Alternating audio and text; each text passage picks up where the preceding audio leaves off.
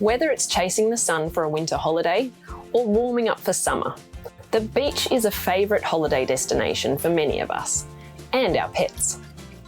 Today, let's discuss the top 6 things that you need to be aware of to keep your dog safe amongst the sun, sea, and sand. And remember, if you have any questions, please pop them into the comments. Number 1 is sun protection. Just like us, our pets can get sunburnt and develop skin cancers if they spend too much time in the sun. They do have the benefit of being mostly covered in hair, so the most likely places that dogs and cats tend to get sunburnt and develop skin cancers is in the area where the hair is the thinnest. This is the top of their nose, their ears, their tummy, and inner thighs. This is also more likely if their skin is pink and their hair is white in these areas. The best thing you can do is prevention, using a sunscreen in these areas, making sure it's pet friendly just in case your pet licks it off. Also, try to discourage your pet from sunbaking in the middle of the day and offer them plenty of shade. Number 2 is sea hares. These are a giant sea slug that are a purplish brown colour and grow to around 30 to 40 centimetres in length. Usually we don't see them because they live in seagrass beds and in rocky foreshores.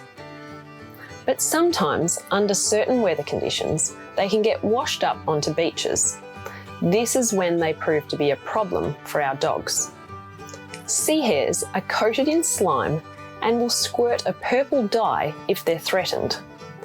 Both the slime and the dye are toxic.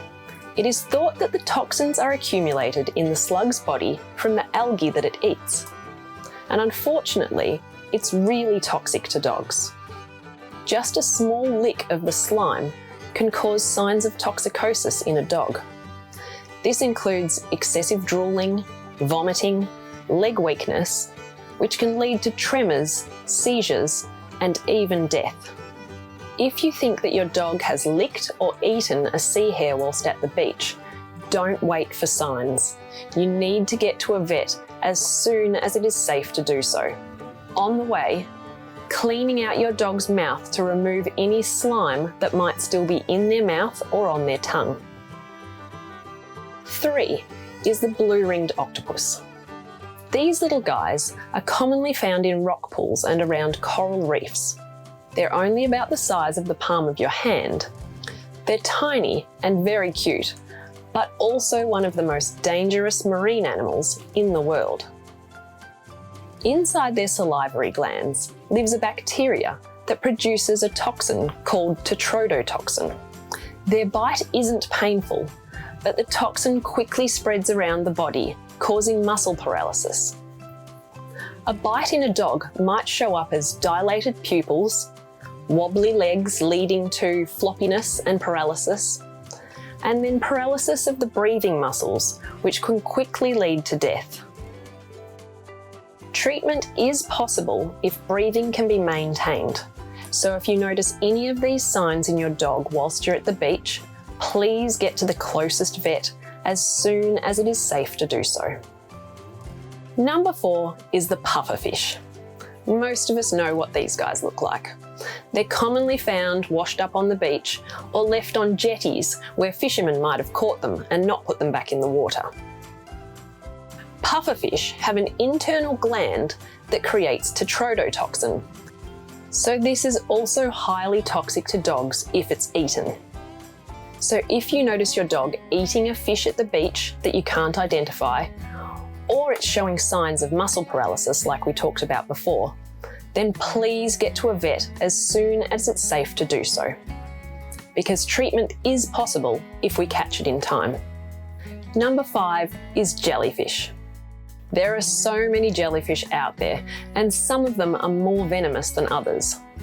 I'm not a jellyfish expert, but in general, if you see jellyfish warning signs around, or you know that it's the season for it at the beach that you're heading to, then keep your dog out of the water and keep a close eye on them on the beach, just in case there's any jellyfish washed up. There are some first aid actions that you can perform if you think that your dog has been stung by a jellyfish. Let me know in the comments if you'd like details. In general, if your dog seems to have been stung by a jellyfish, is in extreme pain, having breathing difficulties, or vomiting, then please get to a vet as soon as it is safe to do so. Number 6 is sharks and crocodiles. Now these critters are pretty seasonal and location dependent.